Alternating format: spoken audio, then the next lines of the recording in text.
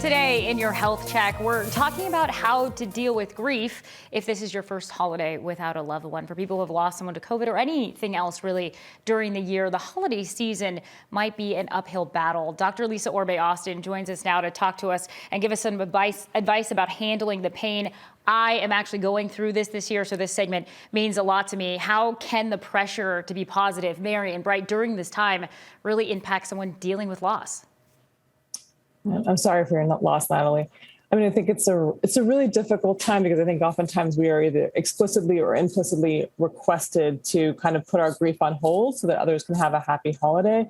I think it also can be difficult because we have to revisit traditions where the person was very central to those traditions, and that can be really hard to kind of reface those traditions.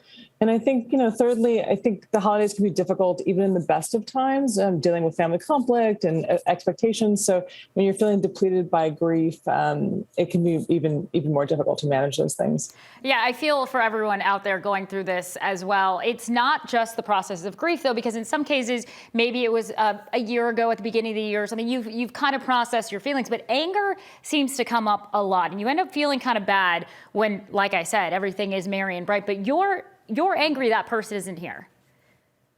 Yeah, and I think, the anger can be really complex because it can show up in different ways. It can be anger, at looking for someone to blame for why they aren't there, but anger at yourself for what you did or didn't do, anger at them, anger at others for how they're responding to you or responding to the situation. So it's really important to really process that anger, give it its place, find a proper way to ventilate it so it doesn't get accidentally acted out in ways that then have other consequences, which can be difficult and painful.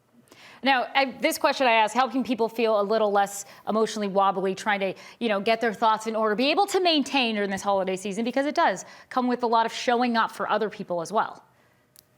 Yeah, I think it's really important to think about what you need and figuring out how you're going to get those needs met, because everyone's grief looks differently. And I think it's important for people, with people in their lives who are dealing with loss and grief, not to expect them to show up in a particular way, but to ask them what they need and be able to support them in that way.